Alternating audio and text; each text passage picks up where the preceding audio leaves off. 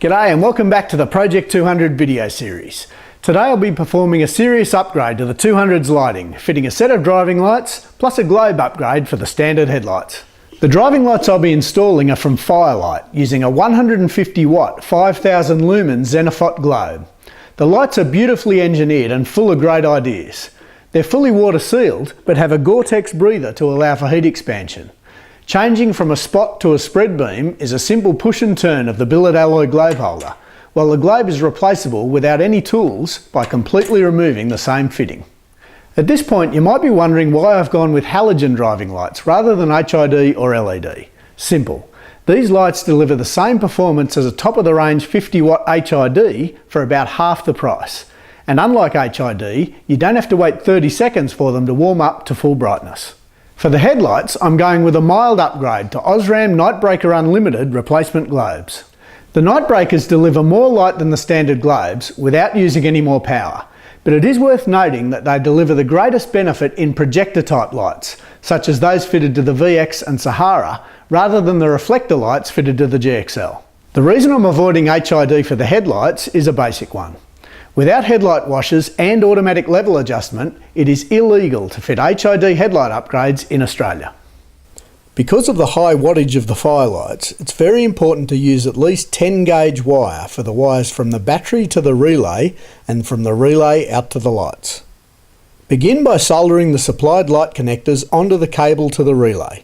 Insulate with heat shrink tube and split tubing before running the wire back to your relay location, ensuring that it's well secured to prevent shorts. Next, tap into the cruiser's high beam wire at the back of the headlight using light duty cable and run the other end through the firewall to the dash switch. While you have the battery removed, take the opportunity to install the upgraded Nightbreaker Unlimited headlight globes. The globes use a bayonet type mounting system, so just turn and pull to remove, then clip the new globes onto the wiring loom and fit them back into the headlights. Moving into the vehicle, there's a huge variety of dash switches available, which now include some that look like the factory 200 series switches. But for consistency with previous installs, I'm using a Carling switch from mudstuff.co.uk. They fit into the cruiser's blank slots with some minor modifications. Connect the wire you've run from high beam to the power in terminal of your switch. Then run another light duty cable from the switch's power out terminal through the firewall to your relay location.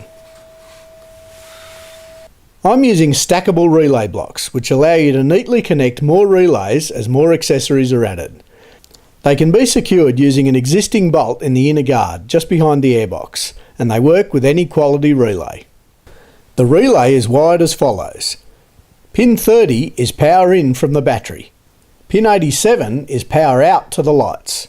Pin 86 goes to earth, and pin 85 is the tripwire coming from the switch. For safety, ensure you fuse the supply to the relay.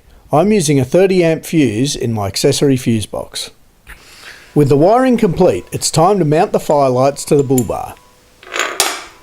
Begin by securing the aluminium base firmly, but not so firmly that the lights can't be adjusted. You can then mount the lights themselves to the bases using the provided Allen key bolts. Again, ensure they're firm but still allowing for some adjustment. With the wiring and mounting complete, head out to a quiet straight road and properly adjust the aim of the FYRLYTs. You can then fully tighten all the mounting bolts. So you can see what a huge difference improved lighting can make. I've driven the same road, filming the performance of the standard high beam and compared it to Nightbreaker Unlimited high beam, plus the FYRLYTs on both wide and spot settings. You can see that the Nightbreaker Unlimiteds provide a modest improvement over the standard high beam, giving a whiter light and providing slightly longer range. The FYRLYTs on both wide and spot settings provide a massive increase in both intensity and range.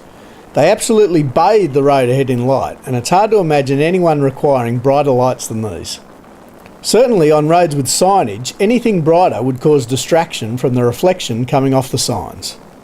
If we compare the lights with the videos zoomed to 100%, the range of each becomes apparent. The FYRLYTs on spot are illuminating the road about 800 metres ahead, where those trees are, but the light is very focused. On the wide setting, which is really just a slightly larger spot, Range is only reduced by about 50 metres, but the sides of the road are certainly better illuminated, which makes this the setting I prefer. With the constant threat of animal strikes, driving at night on country roads can be pretty hazardous, but it just got a whole lot safer thanks to the incredible improvement from the FYRLYTs and the Nightbreaker headlight upgrade. I hope you enjoyed the installation and comparison. Please take a look at the article at project200.com.au for more information, particularly on my reasons for choosing halogen over HID or LED. See you next time.